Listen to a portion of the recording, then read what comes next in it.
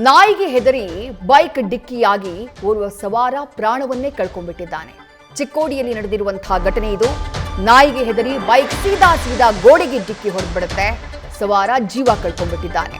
ಬೆಳಗಾವಿಯ ಅಥಣಿ ಪಟ್ಟಣದ ಕುಂಬಾರ ಗಲ್ಲಿಯಲ್ಲಿ ಇಂಥದ್ದೊಂದು ದುರ್ಘಟನೆ ನಡೆದು ಹೋಗಿದೆ.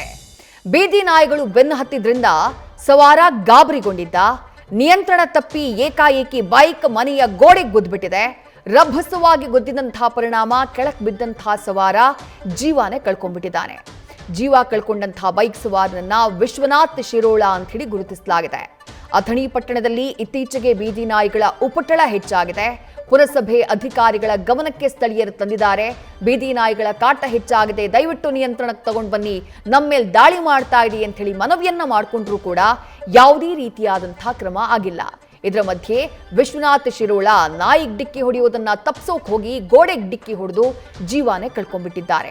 ಬೀದಿ ನಾಯಿಗಳ ಹಾವಳಿಗೆ ಕಡಿವಾಣ ಹಾಕಬೇಕು ಅಂತ ಹೇಳಿ ಜನ ಆಗ್ರಹಿಸಿದ್ದಾರೆ.